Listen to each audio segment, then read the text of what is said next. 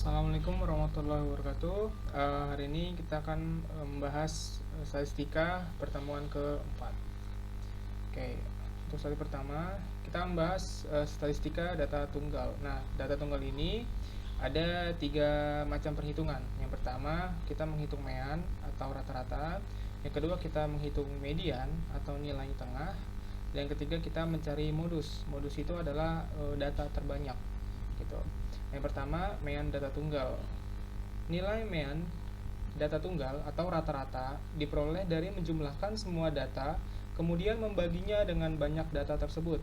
Jumlah data diperoleh dengan menjumlahkan seluruh nilai yang terdapat pada data. Rumusnya seperti yang pada di bawah. Jadi kan ada mean sama dengan X1 ditambah X2 tambah X3 tambah X4 sama dengan Xn dibagi dengan N. N itu adalah datanya, data ke berapa gitu. Kalau X1 berarti data pertama, data ke-1, X2 berarti data kedua, dan seterusnya.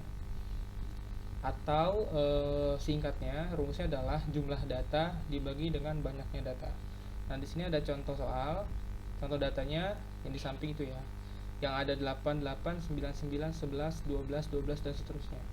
Nah, di sini untuk mencari jumlah data, angka-angka ini dijumlahkan, semuanya dijumlahkan. Yaitu sama dengan 111. Kemudian banyaknya data ada 10 data, ya kan? Di sini ada 10 data nih. Sebentar, nih kita tandai. Nah, di sini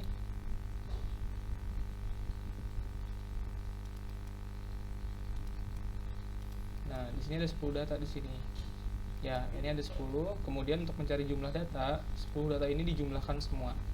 Maka hasilnya 111. Nah, karena rumusnya jumlah data dibagi banyaknya data, maka 111 dibagi dengan 10. Ya, rata-ratanya hasilnya adalah 11,1. Seperti itu. Dan yang kedua, kita mencari median data tunggal. Median adalah nilai tengah dari data telah disusun berurutan, mulai dari yang terkecil sampai dengan yang terbesar. Secara matematis, median dilambangkan dengan ME yang dapat dicari dengan cara sebagai berikut. Nah, di sini untuk mencari median ada dua cara. Yang pertama, ada dua macam. Di sini ada yang jika datanya berjumlah ganjil, dan yang kedua jika datanya berjumlah genap. Yang pertama, jika datanya itu jumlahnya ganjil, rumusnya n+1 dibagi 2. Jika jumlahnya genap, maka ini rumusnya nih, data ke berapa, misalnya data ke 10, berarti setengah dikali n itu adalah jumlah datanya, ditambah data ke 1/2 dikali n ditambah 1. Kita langsung masuk ke contoh soalnya aja supaya bisa paham. Di sini ada dua soal. Yang pertama, ada data di sini ya. Nih, kakak tandain. Nah, nih, data ini kan 5, 6, 7, 3 dan 2. Ya kan? Berarti di sini n-nya ada 5, ada 5 data. Kemudian, yang pertama kita urutkan data yang terkecil sampai terbesar. Berarti kita urutkan dari 2, 3, 5, 6 dan 7, ya kan? Kita urutkan. Kemudian setelah diurutkan, kita cari nilai tengahnya. Nah, untuk mencari nilai tengah dengan data yang berjumlah ganjil, di sini kan datanya 5 ya. Jumlahnya 5. 5 itu ganjil. Nah, cara mencari nilai tengahnya mudah. Berarti kita cari saja angka di tengah-tengah data tersebut. Di sini kan ada 2, 3, 5, 6 dan 7. Berarti angka tengahnya adalah 5. Ya, berarti ini medianya ada 5. Seperti itu. 5 atau kalau misalkan kita ingin gunakan rumus bisa 5 ditambah 1, atau di sini tadi kan n ya. N ditambah 1 dibagi 2. 6 dibagi 2 sama dengan 3, atau artinya data ketiga. Data ketiga di sini yang mana? Yang ini ya, yang kelima nih, 1, 2, 3, seperti itu. Nah, untuk mencarinya kita pertama susun dulu nih, urutkan dari yang terkecil dulu sampai ke yang terbesar. Jangan lupa ya. Kemudian contoh yang kedua, di sini ada data 172, 167, 180, 171, 169 dan 160. Di sini ada berapa data? Ada 6 ya, ada 6 data ya. Sini n-nya ada 6. Dan 6 ini adalah jumlahnya genap. Nah, ini ada rumusnya sendiri. Yang pertama kita urutkan dulu data dari yang terkecil sampai yang terbesar. Berarti kan seperti ini ya. Ini kakak udah jabarkan. 160, 67, 169, 71 dan seterusnya. Kemudian kita masukkan ke dalam rumus, atau gini aja, mudahnya seperti ini. Kan kalau genap kita pasti nggak bisa mencari nilai tengahnya kan? Ya tidak, karena dia berjumlah genap. Nah, cara mencarinya kita cari dua angka yang berada di tengah. Berarti dua angka ini kan, ya kan ya. Nah, di sini kan ada dua angka di kiri, dua angka di kanan, dan dua angka di tengah. Berarti ini adalah tengah-tengahnya, ini mediannya nih. Nah, caranya seperti apa? Caranya begini. Jadi caranya 169 ya, data yang ini dijumlahkan data yang 171. Berarti 169 nih langsung di bawah ya. 169 ditambah 171 dibagi 2 sama dengan 170. Caranya ini dua data ini jumlahkan, kemudian dibagi dengan 2. Hasilnya 170. Seperti itu. Kemudian kita mencari statistik data tunggal, mencari modus. Modus ini adalah data yang sering muncul atau paling banyak frekuensinya ya. Kalau di dalam table sini kita cari frekuensinya yang paling tinggi itu angka yang mana, seperti itu.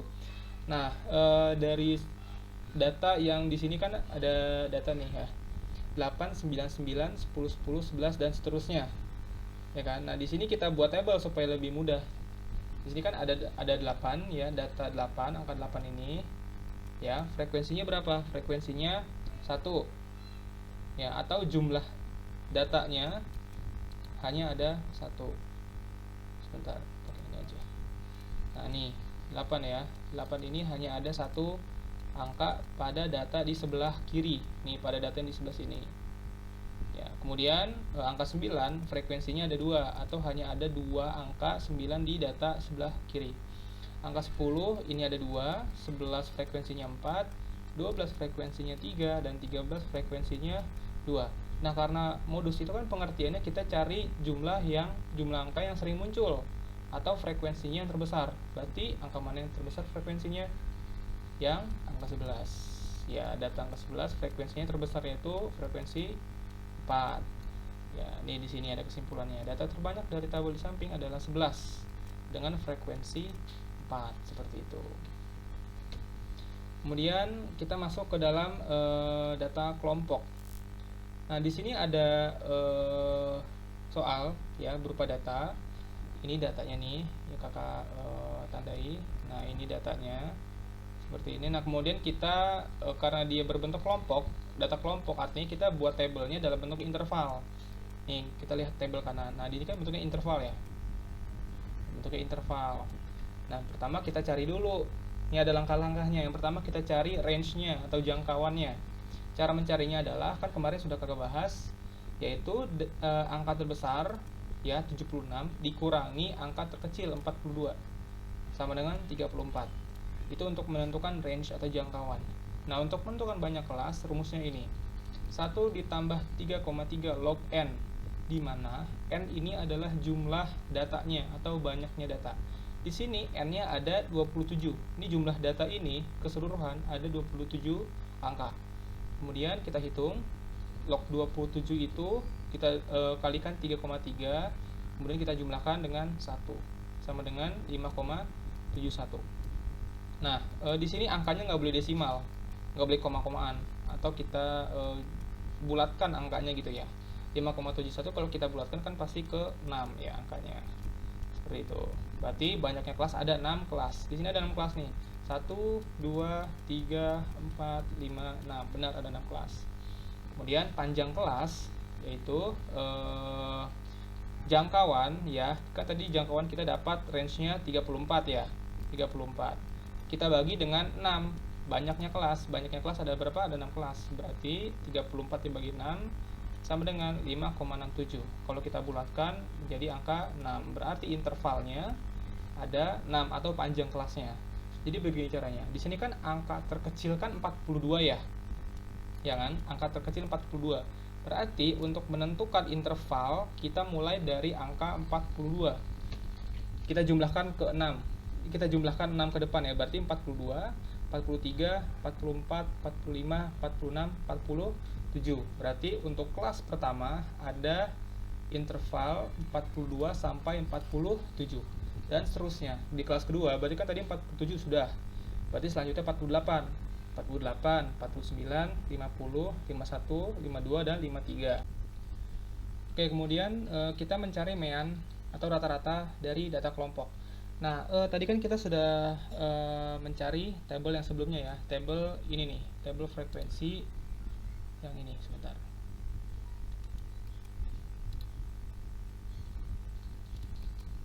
Nih, dari tabel yang di sini ya. Sudah kita buat tadi dengan 3 langkah, mencari range, banyak kelas dan panjang kelas. Kemudian kita cari rata-ratanya. Nah, di sini cara menentukan rata-ratanya seperti ini. Kan tadi kan tabel sebelumnya hanya ini saja ya. Hanya sebatas ini saja nih. Ya, nilai atau kelas sampai frekuensi. Nah, kemudian kita setelah itu kita menentukan nilai tengahnya. Ya, kita menentukan nilai tengahnya. Caranya gini. Kan di sini kan intervalnya 42 sampai 47. Ya kan? Berarti nilai tengah-tengah di antara 42 sampai 47 berarti 44,5. Ini kan 42, 43, 44. 45, 46, 47 ya kan. Berarti kalau kita lihat di rumus yang sebelumnya ada cara menentukan median jika datanya genap gitu. Coba nanti kalian bisa lihat lagi ke belakang untuk menentukan nilai tengah pada jumlah angka yang genap. Di sini kan kita langsung saja angka tengah di antara 42 sampai 47 ada 44,5. Kemudian angka nilai tengah antara 48 sampai 53 ada 50,5 dan seterusnya. Itu untuk menentukan nilai tengah. Kemudian FI kita tentukan kolom ini nih, FI dikali XI. FI ini kan tadi kan frekuensi ya. Nih FI frekuensi, XI-nya adalah nilai tengahnya. Nih XI-nya. Nah, untuk menentukan kolom FI dengan XI adalah dikalikan frekuensi dikalikan dengan XI-nya. Berarti ini kan cara seperti ini. 2 dikali 44,5 ini hasilnya 89. 8 dikalikan dengan 50,5 hasilnya 404. 7 dikalikan dengan 56,5 hasilnya 395,5. 6 dikali 6 2,5 hasilnya 375 dan seterusnya. Ya, jangan lupa untuk kolom frekuensi ini dijumlahkan semua ya. Ini dijumlahkan semua sama dengan 27. Sedangkan FIXI ini dijumlahkan semua, hasilnya sama dengan 1549,5. Kemudian setelah kita jumlahkan semua, kita masukkan ke rumus. Nah, ini rumusnya nih. Sigma FIXI dibagi dengan FI. Sigma ini adalah jumlah daripada FI dikalikan XI, yaitu yang ini, yang 1549 ini. Ya, kemudian FI-nya adalah frekuensinya, jumlah frekuensinya. Kemudian kita masukkan ke dalam rumus. Ini rumusnya. Kemudian kita masukkan angkanya di sini 1500 dibagi dengan 27 atau jumlah dari frekuensinya sama dengan 57,39. Seperti itu caranya. Oke, selanjutnya median data kelompok. Kita mencari median pada data kelompok. Nah, di sini kan tabel yang pertama, tabel awal kan yang ini ya. Nih, tabel awal yang ini ya, yang ada nilai dan frekuensi. Sekarang kita tambah kolom frekuensi kumulatif atau FK. Nah, FK ini cara mencarinya seperti ini. Di sini kan kelas 42 sampai 47 frekuensinya 2. Berarti awalnya 2. Kemudian frekuensi selanjutnya 8, kita jumlahkan 8. Di sini kita jumlahkan hasilnya 10. Kemudian ini kita jumlahkan 10 ditambah 7 sama dengan 17. Ini kita jumlahkan sama dengan 23. Ini kita jumlahkan sama dengan 25. Ini kita jumlahkan sama dengan 27. Seperti itu caranya untuk cara mencari frekuensi kumulatif. Nah, kemudian kita cari langkah-langkahnya. Yang pertama, kelas median di interval nilai 54 sampai 59. Yang mana nih kelas intervalnya? 54 sampai 59, berarti yang ini ya. Kelas yang ini. Karena frekuensi kumulatif di interval tersebut sudah lebih dari setengah dari frekuensi total. Nah, frekuensi totalnya ada 27. Kalau misalnya setengah dari frekuensi total, berarti kan setengahnya 27 berapa? Nih ya, 27 dibagi 2 berarti 13,5. Sedangkan 17 ini frekuensi kumulatifnya ya kan sudah lebih dari 13,5. Betul? Nah, maka kelas mediannya ada pada ini. Kelas 54 sampai 59. Ini kelas ketiga ya. Ini kan kelas 1, 2, 3, 4, 5, 6. Berarti di kelas ke-3. Kemudian kita cari tepi bawahnya atau TB. Kita misalkan tepi bawah itu TB. TB-nya adalah 53,5. Caranya gimana? Caranya adalah di sini kan tadi kelasnya ini ya, 54 sampai 59 ya. Ini kelasnya 54 sampai 59. Cara mencari tepi bawah yaitu di sini kita harus kenali 54 ini adalah batas bawahnya, 59 adalah batas atasnya. Nah, untuk mencari tepi bawah, caranya batas bawah dikurangi 0,5. Berarti 54 batas bawahnya dikurangi 0,5, yaitu hasilnya 53,5. Itu untuk mencari tepi bawah. Kemudian kita cari panjang kelasnya. Nah, di sini panjang kelas kakak misalin sebagai C. C-nya berapa? C-nya sama dengan 6. Gimana caranya dapat 6? Kita lihat per kelasnya di sini. 42 sampai 47, 48 sampai 53, itu kan rentang angkanya ada 6 kan? Ya kan? Kita nih lihat, kita kelas pertama nih, 42 sampai 47. 42, 43, 44, 45, 46, 47. Berarti ada rentang 6 angka atau panjang kelasnya sama dengan 6. Seperti itu. Kemudian kita cari banyak data. Nah, banyak datanya di sini sudah jelas dari awal, yaitu banyaknya data adalah 27 atau N-nya. Kemudian kita cari frekuensi kumulatif sebelum kelas median. Yang ini ya, frekuensi kumulatif sebelum kelas median. Nah, tadi kan kelasnya yang ini ya, kelas mediannya ini. Ya kan? Frekuensi kumulatif sebelum kelas median. Berarti yang ini, frekuensi kumulatif. Kita perhatikan kolom ini. Frekuensi kelas mediannya yang mana nih? Yang ini kan ya, frekuensi kumulatif kelas mediannya yang 17. Yang ditanyakan apa? Sebelum kelas median, berarti yang atasnya dong, ya kan? Berarti di sini FK-nya sama dengan 10.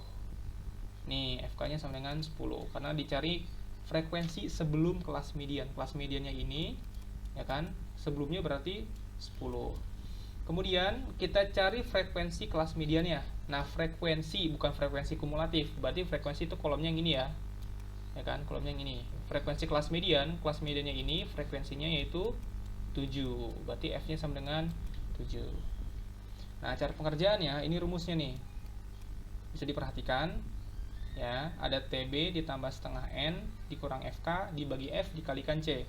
Nah, tadi yang sudah kita cari kita masukkan ke dalam rumus. TB-nya 53,5, N-nya adalah 27. Karena di sini setengah N, maka 27 dikalikan setengah atau dibagi 2. Hasilnya 13,5. Dikurangi FK. FK-nya berapa tadi? FK-nya 10. Berarti di sini 10. F-nya berapa? F-nya 7. Kita masukkan 7. C-nya berapa? C-nya 6. Kita masukkan 6. Kemudian kita hitung. Hasilnya 58,5. Berarti mediannya hasilnya adalah 58,5. Seperti itu. Kemudian kita lanjut ke modus data kelompok. Kita mencari data modusnya. Nah, di sini untuk mencari data modus, tabelnya ini adalah menggunakan tabel yang awal saja. Kita tidak sama sekali menambahkan kolom apapun. Kita hanya menggunakan tabel yang tabel awal ya di sini ya. Hanya kolom nilai dan kolom frekuensi saja yang digunakan untuk mencari modus. Nah, langkah yang pertama, kelas modus ada pada interval 48 sampai 53 karena memiliki frekuensi tertinggi. Kalau tadi kakak ulas kembali, modus itu kan pengertiannya adalah dia memiliki angka terbanyak atau frekuensi tertinggi.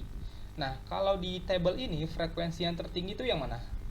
Yang 48 dan 53 kan? 48 sampai 53 kan? Kelas ini kan? Karena frekuensinya 8. Dia frekuensi paling tinggi. Maka kita pilih yang ini, kelas 48 sampai 53. Langkah selanjutnya kita cari tepi bawah. Tadi gimana cara mencari tepi bawah? Batas bawah dikurangi 0,5. Batas bawahnya yang mana? Batas bawahnya 48 dikurangi 0,5 berarti 47,5. Kemudian kita cari panjang kelasnya atau C. C-nya berapa? C-nya 6. Ya kan? 48 sampai 53 kan rentangnya ada 6 angka. Kemudian kita cari selisih frekuensi kelas modus. Nih, selisih frekuensi kelas modus dengan kelas sebelumnya.